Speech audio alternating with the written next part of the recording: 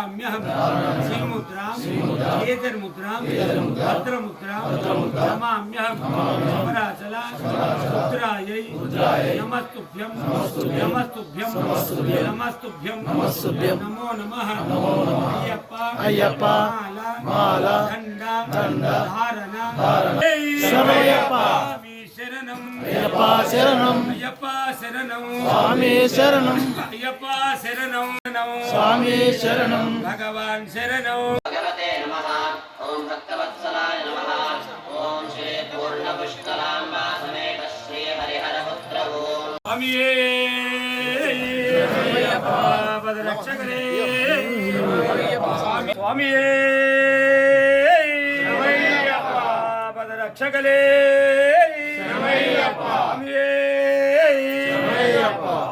शरणं अय्यप्पा शरणं स्वामी शरणं अय्यप्पा शरणं औदर्यमूर्तिये नृत्यप्रियने कर्पूर परमेश्वर प्रियने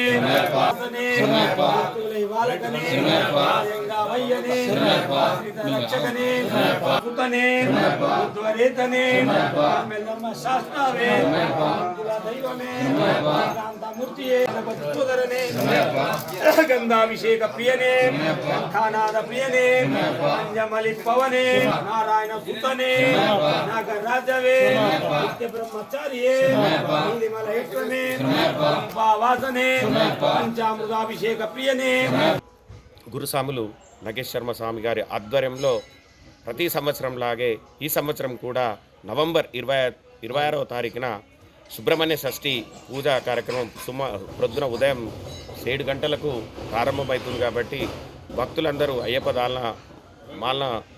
ధారణ మాల భక్తులందరితో పాటు అయ్యప్ప స్వామి భక్తులందరూ కూడా ఈ కార్యక్రమంలో పాల్గొని విజయవంతం చేసి ఆ సుబ్రహ్మణ్య స్వామి కృపకు పాత్రలు కాగలరని వేడుకుంటున్నాం. బాల క్షేమం కోసం సర్వం ప్రయత్నం చేస్తానని చెప్తున్న సందర్భంలో మరి మా పెద్దలు నగేష్ శర్మ గారు కూడా మంచి వారి గైడెన్స్లో మా అందరికీ భక్తి విధానాన్ని ఒక క్రమ పద్ధతిని క్రమశిక్షణ నేర్పుతూ మమ్మల్ని ముందుకు తీసుకుపోవడం వలన అందులో భాగంగానే గత 18-19 సంవత్సరాలుగా వాళ్ళ సూచనలతో వాళ్ళ ఆధ్వర్యంతో అయ్యప్ప సేవా సమితి ఆర్మూర్ ఆధ్వర్యంలో ప్రతి సంవత్సరము 41 రోజులు నవంబర్ 25 మొదలుకొని జనవరి 5 వరకు నిరంతరము అన్నప్రసాద వితరణ కార్యక్రమం కొనసాగుతుంది. కాబట్టి ఈసారి కూడా నవంబర్ 25 రోజున అన్నదాన వితరణ కార్యక్రమం మొదలవుతుంది. కాబట్టి అయ్యప్ప మాలదాన స్వాములందరూ కూడా సమయానికి 12:30 మొదలవుతుంది. మధ్యాహ్నం 3 గంటల వరకు కొనసాగుతుంది. కాబట్టి మీ అందరూ వచ్చి అధిక సంఖ్యలో పాల్గొని ఈ అన్నప్రసాద వితరణ కార్యక్రమాన్ని విజయవంతం చేసి అయ్యప్ప స్వామికి కృపకు పాత్రలు కాగలరని అయ్యప్ప సేవా సమితి తరఫున ప్రతి స్వామికి పేరు పేరున పాదాభివందనాలు తెలుపుతున్నాను. స్వామియే శరణమయ్యలో ప్రతి ఒక్కరు కూడా పాల్గొని ఆ పూజా కార్యక్రమంలో స్వామిని సేవించి భజించి అయ్యప్ప స్వామికి కృపకు పాత్రలు కావాలని కోరుతున్నాము.